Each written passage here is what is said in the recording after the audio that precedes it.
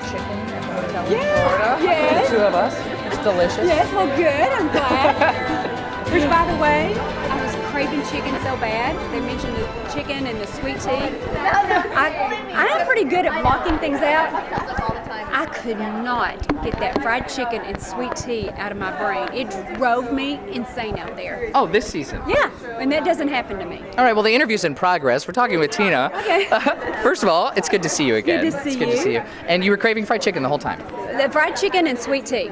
It was mentioned that we were talking one day, which we all usually do, talk about what we're craving, and somebody else mentioned fried chicken and sweet tea. And it just got locked. I got brain lock on it, and so whenever they did that challenge and they won fried chicken, I was upset. I am telling you, and I don't know. There was a part of me that came out, and I'm like, I didn't even know that was inside of me, but it was. Well, and the first time you played with the woman standing next to us, Jerry, all she wanted to talk about was chocolate, and you said you would kill her. I know. It's funny because she was hysterical. And food is a common topic of players when we're out there.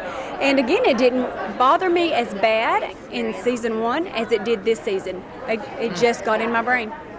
Now, the last time you played, you were voted out first. Yeah. So you've had quite the Survivor experience. Winner, first out, and now you came to the end of the game. Thank you for not saying loser. I would never call you a loser, Tina. I appreciate that. No, no problem. Yeah, and how great, how blessed am I to get to do the whole experience and know what everything feels like.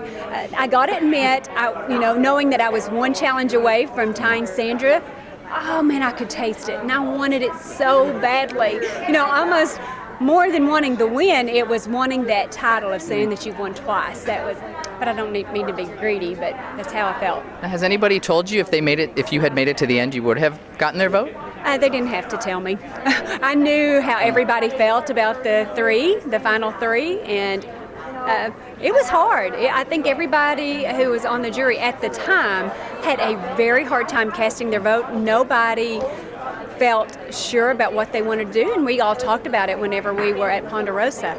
And but now, all this time passes, and you realize, Tyson played a great game. I mean, a great game, and very proud of him. Very proud. So he earned it. On the flip side, I'm sure you're proud of your daughter. Oh yeah.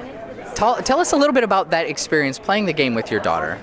Well, Katie and I have had a lot of adventures together. We love to hike and do fun, crazy things together.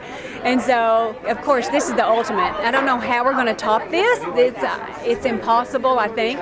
So I just kind of feel as if we have done the ultimate of challenges or adventures, and we can't top it. So, I guess I get to take this with me from now till the end. And I'm glad I got the opportunity for other people to see kind of who Katie is.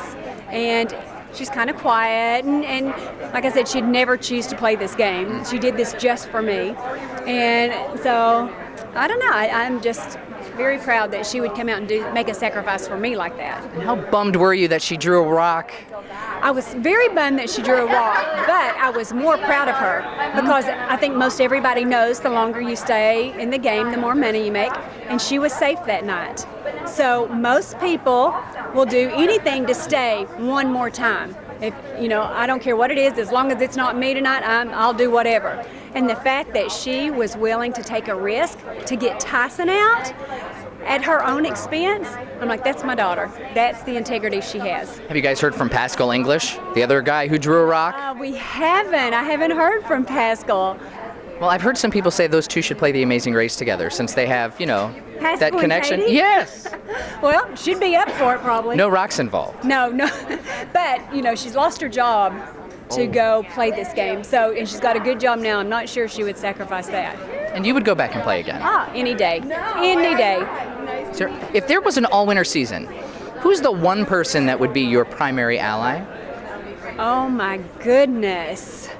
That is a very good question. I think it's Yule.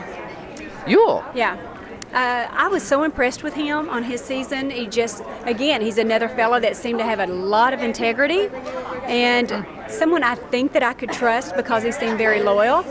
So I think you'll. All right, last question for you, and Jeff brought it up at the show. A lot of people are aware with what happened with your family, and I have to say that was incredibly moving what you had to say up there on the set. And what has your reaction been from the fans? Because I've seen all these forums that have lit up with all sorts of support for you guys. What was your reaction to that? I saw one comment from you, I believe on Twitter, that you hadn't seen something and it finally showed up on your feed and you were shocked by all of the outpouring of support. I am. Being new to social media and I've always steered away from it since Survivor Australia.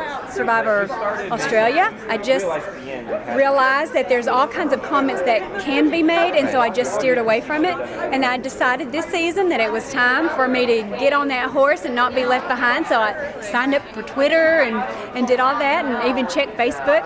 And just to read all the nice things about me to begin with, and then after the season was over and this thing happened with my son, just how kind and loving and supportive people were. It meant so much to me.